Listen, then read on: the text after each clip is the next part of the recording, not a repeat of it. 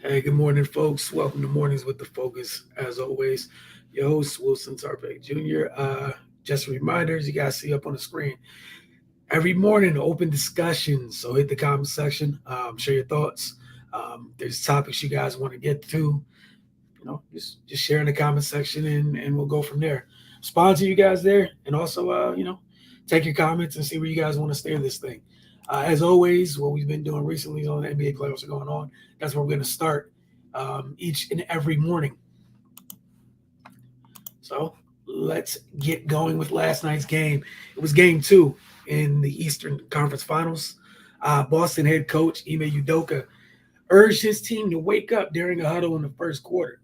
They responded to their coach and then some in their 127 to 102 win over the Miami Heat. The Celtics scored 35 points in the opening period, another 35 in the second quarter, and they never looked back from there. They got Marcus Smart and Al Horford back, both of whom didn't play in game one. They were available for this contest, and their presence was felt. This was the first home loss for Miami in this postseason. So in this postseason, Miami is now 7-1 at home. Prior to this game, they were 7-0. Jaylen Brown scored 11 of his 24 points in the opening quarter. Jason Tatum finished with 27 points. Marcus Smart barely missed a triple double. He had 24 points, 9 rebounds, 12 assists. He dropped the defender in the second half, took a step up and knocked down a jumper. He was on one last night for sure. Grant Williams provided 19 off the bench. Boston got hot from deep. They knocked down 23 pointers. They shot 51% from the floor, 50% from three. They did a great job at the line. There wasn't much that they didn't do right. And again, in game one, we saw them win 3 of the 4 quarters of that game. But the quarter that they lost rather decidedly. Um, and that was kind of the difference in game one. Last night, that was the opposite. Right? They only had one quarter where they didn't score at least 30 points. It was just a really good performance from them. Miami came out. Bam Adebayo essentially said, they came out and punched us in the mouth. And Miami never really, countered that initial punch. Um, there was a stretch in the third quarter where they started to make up some ground, courtesy of Jimmy Butler, who scored 17 of his points in the third. But even with that, the big quarter that he had in the third, all that did was cut the deficit down to 17. And then Boston responded with a 12-2 run to make sure to kind of strengthen their hold on that game. Jimmy Butler finished with a game high 29 points. Gabe Vincent and Victor Oladipo added 14 apiece. Some bad news for Miami outside of the loss. PJ Tucker left last night's game with an apparent knee injury. Um, per multiple reports, he should be getting an MRI today. So depending on how that comes out, how that shakes out, there's a possibility there'll be, as the series shifts to Boston, that Miami will be going forward without the services of one PJ Tucker. And, we knew what he meant to Milwaukee last year during their run. He's he's been super valuable to Miami up to this point. So if they don't have his services, that would indeed be a huge loss for them. Jimmy Butler after the game said it has to hurt. They tried to embarrass us. They did embarrass us. Overall, we just have to be better. It's been kind of the theme of, we'll see what happens tonight in game two of the Western Conference Finals. But so far, it's just, teams winning rather decidedly. Troy said, come on, man, you know where I'm taking this. Celtics go small, but I'm going to need Bam to put those guys in the rim when they do. Those 8.7 rebounds games won't do it. Yeah, man, I'm with you. Last night, like where uh even with PJ Tucker healthy, Miami can't afford to have games where Bam is just pedestrian. And I feel like last night, one of the constants for Boston throughout this postseason when Al Horford's on the court, and now they have Al Horford and Rob Williams. Man, their front court. There's a reason they have one of the best defenses in the league. Their front court does so much. They're versatile enough. They're disciplined. They protect the rim in different ways. They just impact the game in so many different ways. And Miami's going to need more out of Bam. Just Bam and every other front court player on their roster. So far, you've seen 2 good games from Jimmy Butler. Other folks are going to have to consistently jump in, man.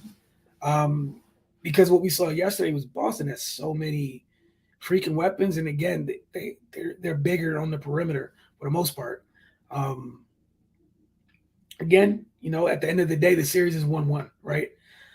So if you're in Miami, you just got to go into Boston with the mindset to steal home court back, because that's essentially what Boston did last night. Again, tonight it'd be game 2 of the Western Conference Finals. Dallas hopes to do what Boston did last night, just steal a game, try to get home court advantage back in your favor before the series shifts back to 2 games at home. And for the Mavs in this case, try to get, if you can, split and go to state. Get back to Dallas with the series at one apiece. And we'll see how that goes. With that series, we talked about it a little bit yesterday, but I'm interested to see how Dallas adjusts.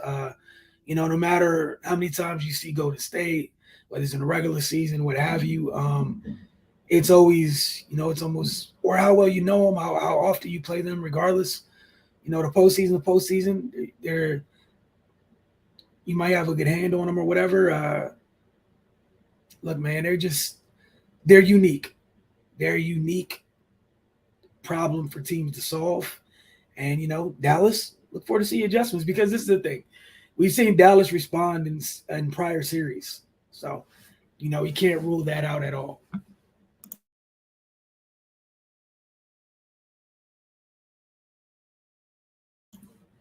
What's going on? They said Marcus Smart. Yeah, he was on one again last night. Man, saw a little bit of college Marcus on the offensive end. Got in his bag a little bit, dropped the defender. I'm sorry, Max Strus. And again, that's the thing, it's a DPOY this year. All around game last night. Again, 1 rebound shy of a triple-double. But Troy said, let me know where you guys want to go in terms of conversation this morning. Got a couple more things to get to. There's a wild comment there. So NFL wise, we're going to talk about some things. We got some people that are coming up for paydays, and just talk about which one of those things are no-brainer decisions, which one of them aren't. If you guys want to keep talking about the NBA playoffs, all you guys got to do is comment, and we'll go from there, man. It's not an issue at all. Let's see where we're at. All right, so typically, we got Mystics Outlook tonight. The Mystics are on the road. They'll be in Atlanta tonight, taking on Ryan Howard and the Atlanta Dream. Both teams are off to good starts this year, so we'll see you guys tonight for Mystics Outlook. Quick word from our folks over at Oohs and Ahs as always. Get this up for you guys. We're open late, U Street till 2 a.m. and Georgia Avenue till midnight. Get ready for a bottomless mimosa brunch tomorrow at our Georgia Avenue location from 11 a.m. to 4 p.m. Look forward to serving you. View the full menu at oozandahs.com. Again, Fridays and Saturday nights. Order your favorites until 12 a.m. Georgia Avenue location, 2 a.m. at U Street. All right, as I said a little bit before, everyone's been kind of focused on the wide receivers, the young wide receivers that are ready to get paid, right? It's more than just them right now, honestly. As we go into, we'll start with the 2018 first-round picks that have yet to be extended. I'm going to start with Lamar. I feel like one of those things I feel like this is one that's just a no-brainer decision. They need to get it done. I think that's one of the reasons this hasn't got done yet is Lamar. You kind of just bet on yourself, and as people are handing out more money, why not go out and get as much as you can? But yeah, there's it's always been an interesting conversation around him. Regardless, this is a former MVP, 105 total touchdowns thus far in his young career, 37 and 12 as a starter. Um, so if you're him, where do you want to start that at, man? All right, Sid, I see you. Pay Minka. Yeah, we're gonna get there. There's a lot of guys, and it's funny because everybody was going crazy, only seeing Debo's name out there and only talking about Debo. We saw. Meanwhile, AJ actually got moved. There's a long list of folks, and we're gonna work our way through it. But it is a long list. It's far more than just Debo Samuel. We got Quentin Nelson of the Colts. It's time, man. I think this is a no-brainer. This dude's been amazing. Um, I don't anticipate him or Lamar leaving. We got Roquan Smith of the Bears. I think again, this is one of those things should be a no-brainer. Kid's gotten better each and every year he's been in the league. Sid say Lamar's mom is too involved. I would lift the weight until I sign ink. I think his mom is his representation, right? So she's gonna be involved. It is what it is. They knew this entire time. But again, like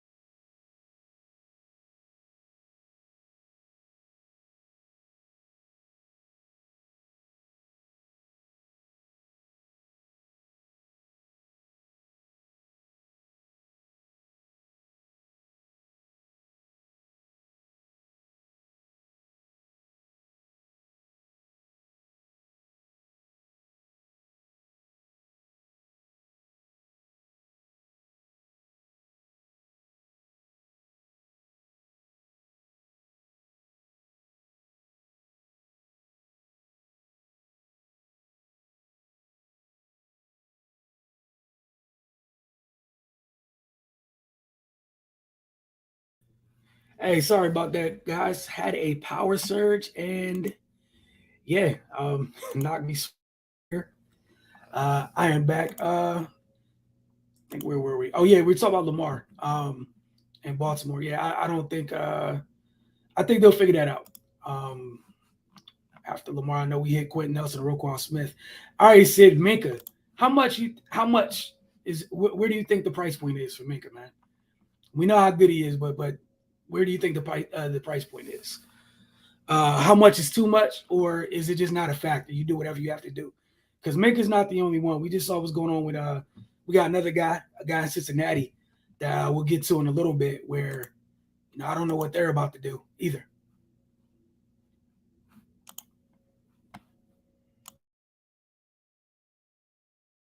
What Jesse Bates is going through at the moment.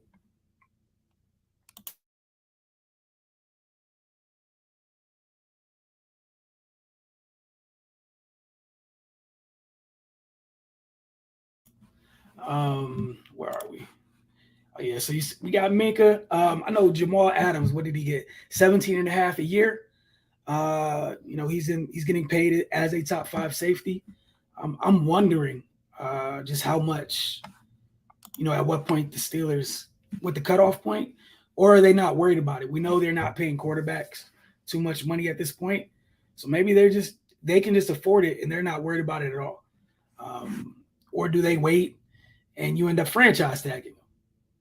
Not sure which route they go, but I'm interested in seeing what they end up doing in that regard.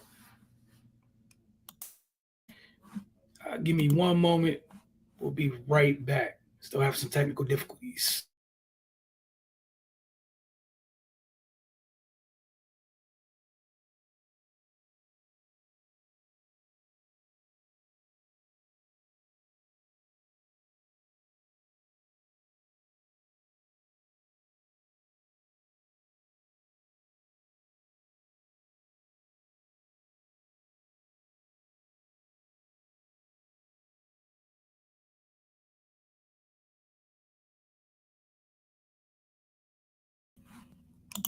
All right, I think I got everything sorted.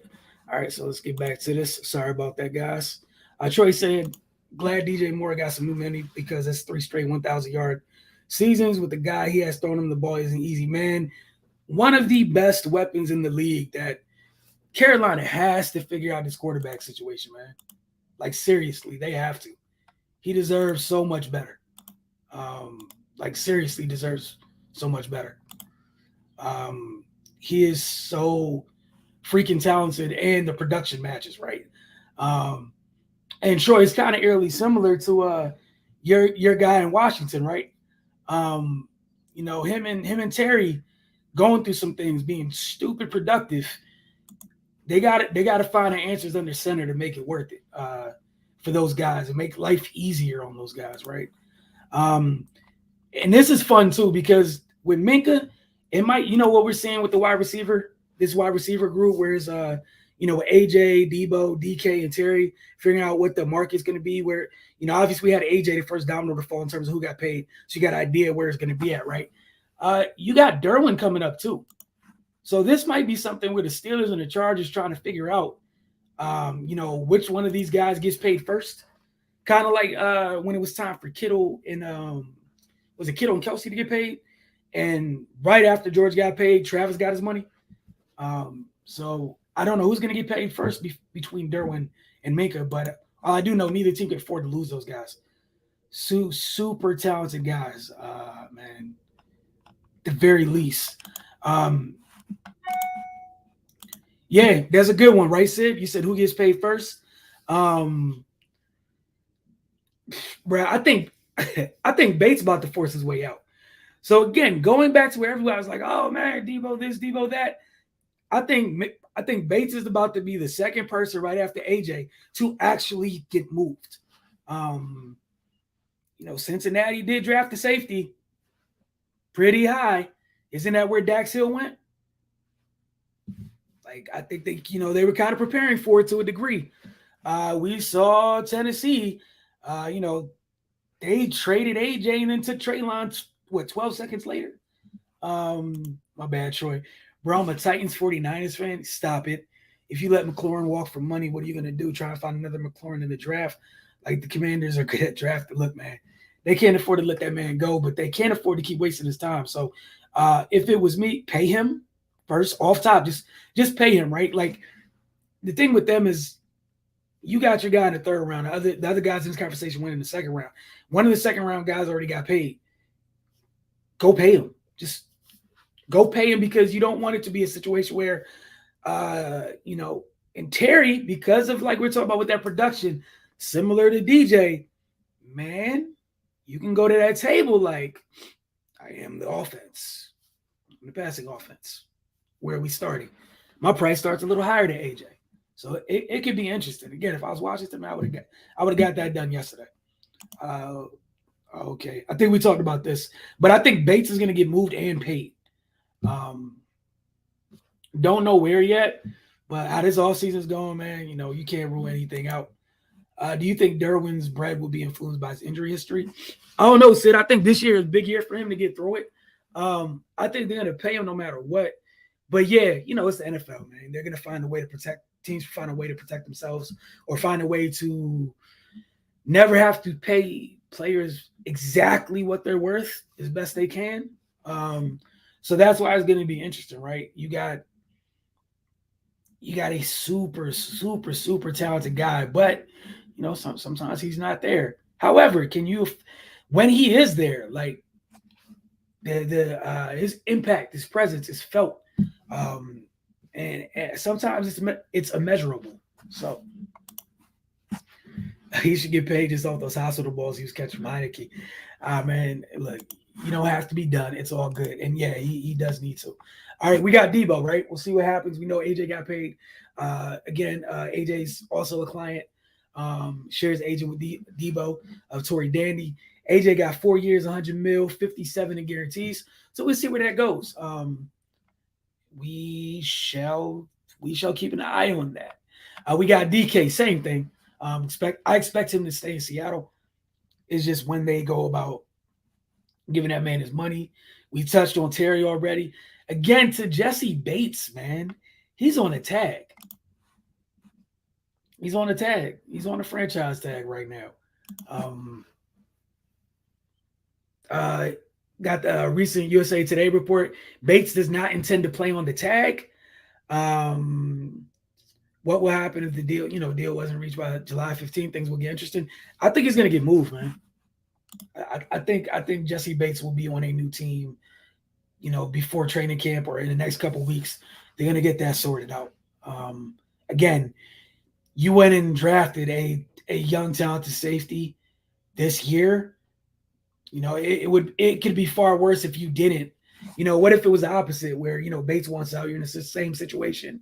The draft came and went and you didn't have anybody in the building that could remotely replace him in the least bit. Little different. So we'll see what is going on. The franchise tag for safeties is pretty much 13 million. Is at 12.9. He's a second team All-Pro, 10 picks, 35 pass deflections in his career. Man. So it could go two ways. Lengthy holdout. I think they're gonna move him, but we'll see. Got Orlando Brown and Kansas City Chiefs. I think they're gonna pay him. They got some money left over after Tyreek is no longer a member of that team. So I think they'll come to terms with him. Dalton Schultz. I don't know, man. I can't ever tell you what the Cowboys are going and not going to do. So they got him tagged. They should be able to work out a long-term deal, honestly. David Njoku of the Browns. It's a bunch of tight ends here, man, that are tagged. I don't know.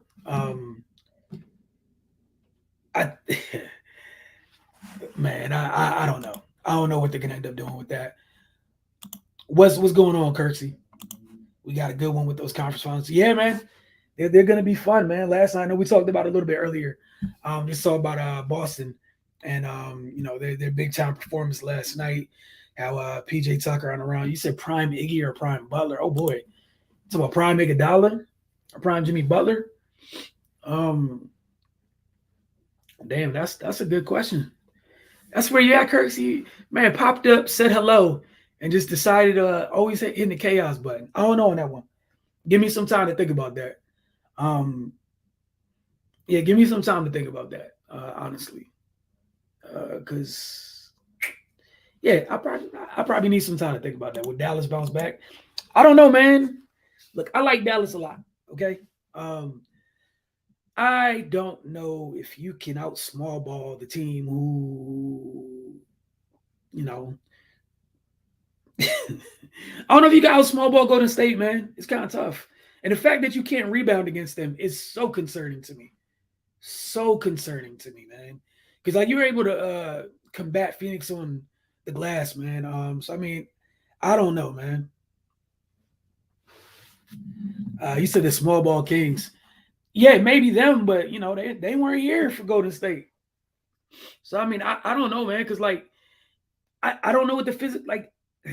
I don't know. And then now you got to look back at the Phoenix Suns, kind of funny because it's like I had issues with their small ball lineup. Golden State goes out there and Steph leaves them in rebounding in the first game. Again, I expect Dallas to respond. I expect them to adjust. I expect them to have a better outing. But my concerns are my concerns, and I don't think Dallas could do much about the concerns. Oh, you're saying go to State or small ball Kings? Yeah, on steroids. Yeah, yeah, on steroids. And you said, yeah, I said Iggy, Jimmy played with a lot of great players in his prime. Yeah, yeah. Phoenix guards don't rebound like Warriors would. Man, the Dallas bigs don't rebound like the Warriors non-bigs do. Like even on the court in the first game, like Otto Porter and Wiggins look huge on that floor. They didn't look like that in the series before because Memphis has actual like real bigs. Um, so I mean, I don't know, man. It's just interesting. And I guess my biggest thing is there's so many people on Dallas that again, how you were able to defend Phoenix because people had to have the table set for them, it's just totally different, man. With Golden State, it's constant moving. Mostly everybody can shoot. Um, and then when you do end up on those islands, bro, we're watching people like Clay's attacking off the bounce. Like I don't know. You got Steph, Jordan, and Clay low-key attacking off the bounce. Like Wiggins is attacking off the bounce. Like I don't know, man. I don't know. Suns bigs get push out 3-point line while you want to board. Yeah. Yeah. Yep. Meanwhile, you gotta go to state people, get out to the 3-point line, contesting, what have you, but they're all hitting the glass. Because again, they were out, they had 70 freaking rebounds in that closeout game against Memphis. That's Jaren Jackson Jr., Steven freaking Adams, 70 rebounds. Yeah, that's something I am so worried about in this series, regardless of what Dallas does offensively, man. It's just a lot. Clay, yeah. And just adding you remember the time like pre-injury, I ain't see that man dribble this much. And now it's like with a purpose. We've seen him get to the cup at times. 2 dribble pull-ups or whatever, creating space off it in the mid-range. Before it used to just be the mid-range pull-up and the mid-range turnaround. So I mean the added stress they put on people is tough, man. You seen Jordan Poole with like Davies on him and any of their bigs, and it's just food. So I mean, obviously, I don't expect Dallas to shoot that bad every game. However, I think there was a good portion of those threes they got off the driving kick where Golden State was able to get out and contest. Man, it's a different type of defense. Nah, no, not really. No, Mm-mm. I just don't think Dallas could defend them. Honestly, but the old the tale is always tale as old as time with Golden State. Death taxes and them boys are not going to value taking care of the ball. That's the thing you always got to worry about. And if they, if and when they have those games where they're super careless, taking advantage of it. Luka, there's going to be games where Luka gets his, man. It's just a matter of how many other people come with him. Luka struggled in that second half. Brunson, who's been killing folks, he struggled in game 1, but we've also seen him rebound in past series as well. It should be a fun one tonight, honestly. Looking forward to it, but I think what was it? Earlier this week on Monday, I think before the conference finals started, I was somewhere where I think it was like a general consensus here. Like I think we had all taken Golden State. I think for me personally, I think I took him to 6. I thought that was the furthest it would go. I just don't like you can't hide Luca on the other end, and it's more than just Luca that low key needs to be hit. So, and last year, you could have Bullock and Dorian Finney-Smith. You know where they at defensively to, hey, go stay in front of Book, go stay in front of whatever. Nobody's stationary on Golden State, man. Like within each possession, man, the amount of ground is being covered is crazy. We saw them. Clay got so many cuts for layups. We saw Loon get easy buckets. I mean, look, man, they are who they are for a reason, and whether people choose to give them their proper respect is a different story, right? Oh, you got a 4-1? Yeah, see, I don't know, man. We'll see what happens tonight. Obviously, I do think Dallas can play better than they did in the first game. I also think this is a tougher matchup. Like, it'll be a tougher matchup. And that's the other thing, yeah. And this is the thing, right? You got to guard Wiggins on the other end too. I know people don't like Wiggins for whatever reason. They love narratives and all that good stuff. That's a whole somebody else that could get a bucket. Where do you hide him? What, can you hide him on Dre, and then he's involved in every freaking dribble handoff? Can you hide him on Loon? Then you're asking him to go down there on the glass and deal with all that. Like, I don't know. I don't know. I truly don't know. And again, he's not the only one that's in trouble on an island, man. He's not the only one at all.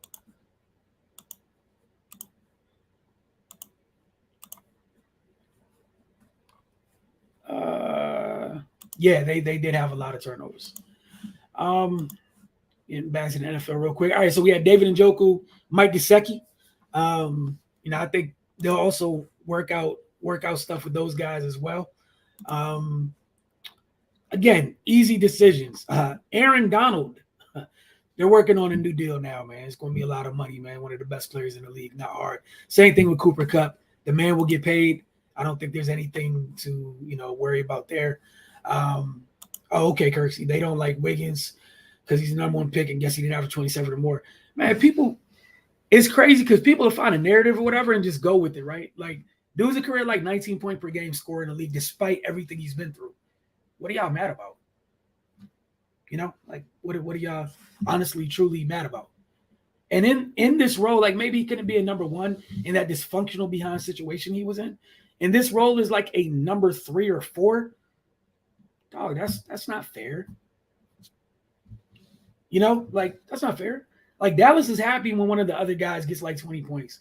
Dude can get it whenever. Like, it's a little different, man. Like you said, he can give you 20 a game if needed. Like, you can always hit the button and be like, oh man, people are struggling. And we've seen him throughout this postseason run while people like just ignore it. Honestly, the freaking Memphis series. How many times when like the shooters were struggling or taking bad shots, here comes Wiggins with a couple possessions, step back jumper, turn around jumper. Let me get to the cup.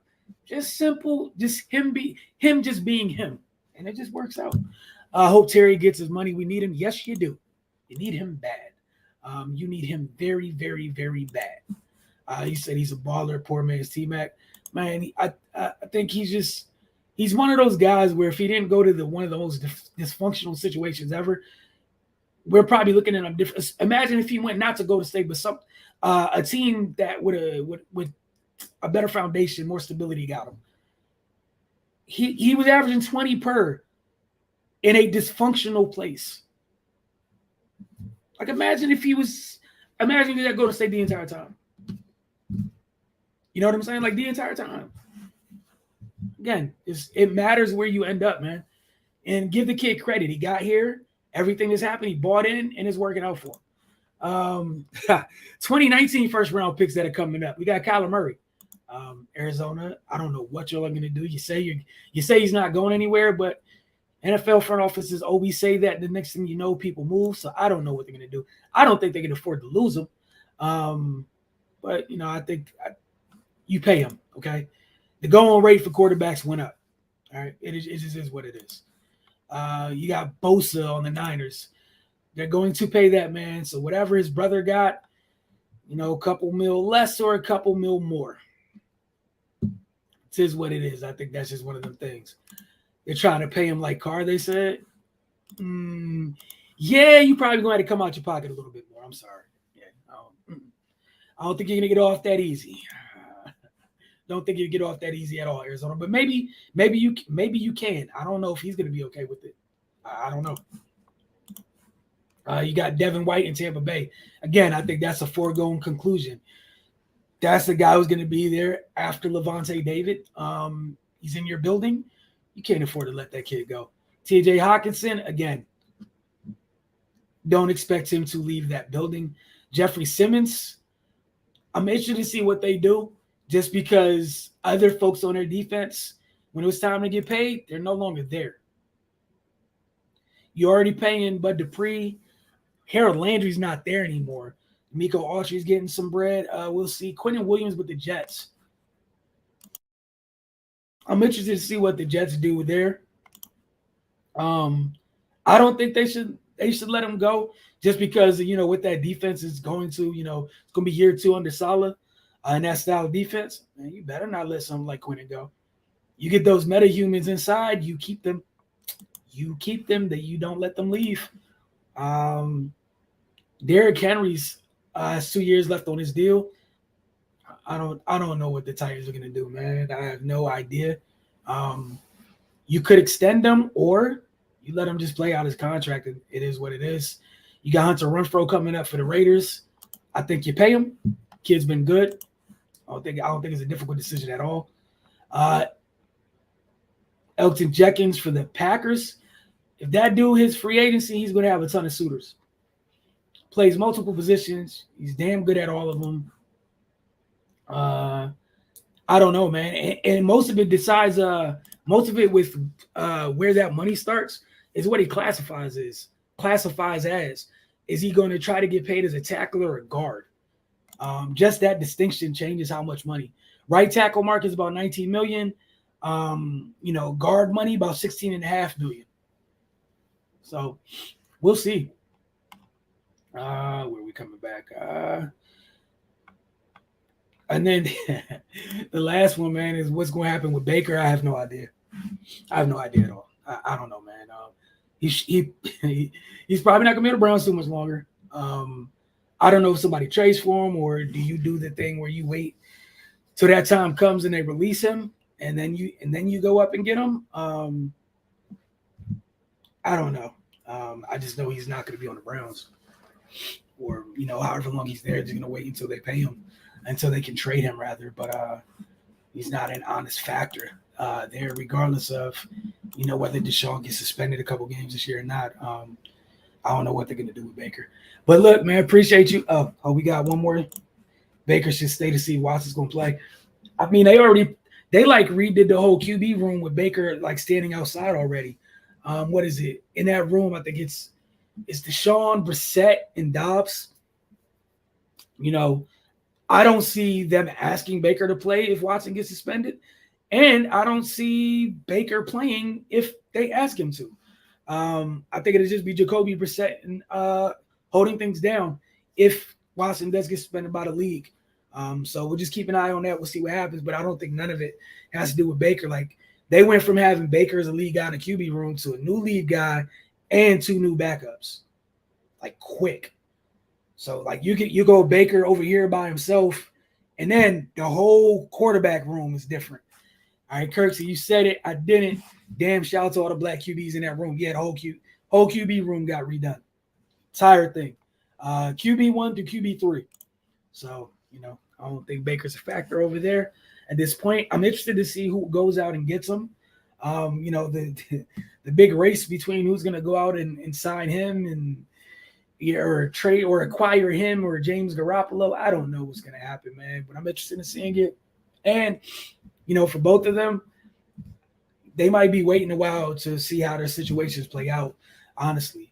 I'll tell you right now what Monday looks like. We should be back. Like I said, the only thing that stops it if we got out, gotta do some work early. No, Monday is a free day, man. So we will see you guys, between 9:30 a.m. and 10 p.m. as always on Monday. Just remind you once again, Mystics Outlook tonight. They're 4-1 to start the year. They take on the Dream. Then they come back home on Sunday to take on the world champion Chicago Sky.